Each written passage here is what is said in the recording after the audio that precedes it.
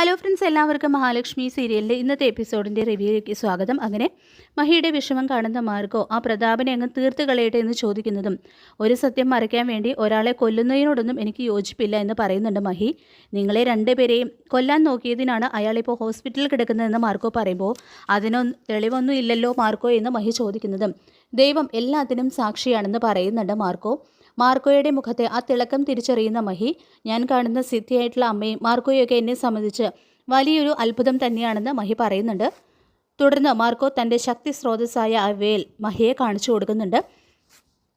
മഹാലക്ഷ്മിയുടെ കൂടെ അയ്യപ്പസ്വാമി ഉള്ളതുപോലെ എൻ്റെ കൂടെ മുരുക ഭഗവാനും ഉണ്ടെന്ന് പറയുന്നുണ്ട് കേട്ടോ മാർക്കോ. കണ്ണൻ സാറ് എല്ലാ സത്യങ്ങളും അറിഞ്ഞു കഴിഞ്ഞാലും പൂർണ്ണമായിട്ടും മഹാലക്ഷ്മിയെ വെറുക്കാൻ കണ്ണൻ സാറിന് ആവില്ല. എല്ലാവരെയും സ്നേഹിക്കാൻ മാത്രമേ കണ്ണൻ സാറിന് കഴിയൂ. ആ മനസ്സ് അത്രയ്ക്ക് നല്ലതാണെന്ന് പറയുന്നുണ്ട് കേട്ടോ കണ്ണൻ. ഏതായാലും അനന്തു സാറിനോടും ലേഖയോടും എല്ലാം അറിയിക്കുന്നതാണ് നല്ലതെന്ന് മാർക്കോ ഒരു നിർദ്ദേശം വയ്ക്കുന്നുണ്ട്. ഇനിയെല്ലാം മഹിയുടെ ഇഷ്ടമെന്നും മാർക്കോ പറയുന്നുണ്ട് കേട്ടോ. പിന്നീട് അങ്ങനെ മഹി വീട്ടിൽ തിരിച്ചെത്തുകയാണ്. അപ്പോൾ മഹിയുടെ മുഖത്തെ ആ വിഷമം കാണുന്ന ലേഖ, എന്താ മഹി എന്ന് ചോദിക്കുമ്പോൾ തന്നെ മഹി കരച്ചിലിൻ്റെ വക്കോളം എത്തുന്നുണ്ട്.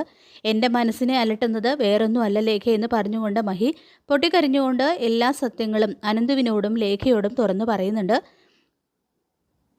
ഈ രഹസ്യമാണ് മഹിയെ അലട്ടുന്നതെന്നറിയുമ്പോൾ അനന്തുവിനും ലേഖയ്ക്കും അത് വല്ലാത്തൊരു ഷോക്ക് തന്നെ ആവുന്നുണ്ട്. തുടർന്ന്, ഞാൻ കണ്ണേട്ടനോട് ചെയ്തത് വലിയൊരു തെറ്റ് തന്നെയാണ്. നിങ്ങൾക്ക് വേണമെങ്കിൽ ഇത് കണ്ണേട്ടനോട് തുറന്നു പറയാമെന്ന് പറഞ്ഞുകൊണ്ട് മഹി കൈകൾ കൂപ്പി പൊട്ടിക്കഴിയുമ്പോൾ, കണ്ണൻ അവൻ്റെ ജീവിതത്തിൽ ഏറ്റവും അധികം വെറുക്കുന്നത് അവൻ്റെ അച്ഛൻ്റെ ജീവനെടുത്ത, അവനെ വീൽ ചെയറിൽ തളർത്തിയിടാൻ കാരണക്കാരനായ ആ ലോറി ഡ്രൈവറെയാണ്. പക്ഷേ മഹിയുടെ നിസ്സഹാവസ്ഥ ഞങ്ങൾക്ക് മനസ്സിലാകുന്നുണ്ട്. ഏതായാലും അധികകാലമൊന്നും കണ്ണനിൽ നിന്നും ഈ സത്യം മറച്ചു പിടിക്കാൻ കഴിയില്ല. എന്നായാലും അവൻ സത്യങ്ങൾ അറിയും. പക്ഷേ ഞങ്ങളായിട്ട് അവനോടൊന്നും പറയില്ല എന്ന് അനന്തവും ലേഖയും മഹിക്ക് വാക്കു കൊടുക്കുന്നുണ്ട്. ഏതായാലും ലേഖയോടും അനന്തുവിനോടും എല്ലാം തുറന്നു പറഞ്ഞതിനെ തുടർന്ന് മഹിയുടെ മനസ്സിൻ്റെ അഭാരം വല്ലാതെ തന്നെ കുറയുന്നുണ്ട്. പിന്നീട് അങ്ങനെ രാത്രി കണ്ണൻ മഹിയെ വിളിക്കുന്നു. ആ സമയത്ത് മഹി പഴയ ആ പ്രസരിപ്പോട് തന്നെയാണ് കേട്ടോ കണ്ണനോട് സംസാരിക്കുന്നത്. തുടർന്ന് പ്രതാപനെ കാണാൻ ഞാൻ വീണ്ടും ഹോസ്പിറ്റലിലേക്ക് പോകുന്നുണ്ടെന്ന് കണ്ണൻ പറയുമ്പോൾ, ഇത്ര ധൃതിപ്പെട്ട് പോണോ കണ്ണേട്ടാ? അയാൾ സുഖപ്പെട്ട് വീട്ടിൽ വരട്ടെ എന്നെല്ലാം മഹി പറയുന്നുണ്ടെങ്കിലും അയാളുടെ അമ്മ അയാളെ കാണാൻ അനുവദിക്കാതെ എന്നെ തടഞ്ഞതു മുതൽ അയാൾ എന്തോ രഹസ്യം സൂക്ഷിക്കുന്നുണ്ടെന്ന് മനസ്സിലിരുന്ന് ആരോ പറയുന്നത് പോലെ. ഇനി അന്നത്തെ ആക്സിഡൻറ്റിനെ കുറിച്ച് അയാൾക്ക് എന്തെങ്കിലും അറിയാമെങ്കിലോ എന്നെല്ലാം കണ്ണൻ പറയുമ്പോൾ വീണ്ടും മഹിക്ക് ടെൻഷനാവുന്നുണ്ട്. ഇനി കണ്ണേട്ടൻ നാളെ അയാളെ കാണാൻ ചെന്ന് കഴിഞ്ഞാൽ അയാൾ എല്ലാ സത്യങ്ങളും വിളിച്ചു പറയുമല്ലോ എന്നാലോചിച്ച് മഹി വീണ്ടും വല്ലാതെ തന്നെ ആശങ്കപ്പെടുന്നുണ്ട്. ഇതേ സമയം തന്നെയാണ് സിദ്ധിയായിട്ടുള്ള അമ്മയുടെ മുഖം മഹിയുടെ മനസ്സിൽ തെളിയുന്നത്. ഏത് സങ്കടത്തിനും തനിക്ക് ആശ്വാസമാവുന്ന അമ്മയ്ക്ക് എന്തെങ്കിലും ഒരു പരിഹാരം കണ്ടെത്തിത്തരാൻ കഴിഞ്ഞാലോ, അല്ലെങ്കിൽ അമ്മയുടെ 2 വാക്ക് കേൾക്കുമ്പോൾ തന്നെ മനസ്സിൽ വല്ലാത്തൊരു തണുപ്പ് അനുഭവപ്പെടുന്നത് പോലെയാണ് എന്നെല്ലാം മഹി ചിന്തിക്കുന്നുണ്ട് കേട്ടോ. ഇതേ സമയം മുത്തശ്ശിയാണെങ്കിൽ, പ്രതാപൻ പറയാറുണ്ടല്ലോ വിശ്വനാഥൻ്റെ ആത്മാവ് രാത്രി കാലങ്ങളിൽ അയാളെ കാണാൻ വരാറുണ്ടെന്നും അവരൊരുമിച്ച് ഒരുപാട് സമയം ഇരുന്ന് സംസാരിക്കാറുണ്ടെന്നെല്ലാം പറയാറുണ്ടല്ലോ. അപ്പോൾ അങ്ങനെ അതൊന്ന് കണ്ടുപിടിക്കണമെന്ന് തീരുമാനിച്ചുറപ്പിച്ചുകൊണ്ട് മുത്തശ്ശി പ്രതാപൻ്റെ മുറിയിലേക്ക് പോകാൻ തുടങ്ങുന്നതും ഒരാൾ പുറകിൽ വന്ന് മുത്തശ്ശിയുടെ തോളിൽ കൈവയ്ക്കുന്നുണ്ട്. അത് വേറെ ആരുമല്ല, അവിടുത്തെ ആ ഹോസ്പിറ്റലിലെ സ്റ്റാഫ് തന്നെയാണ്.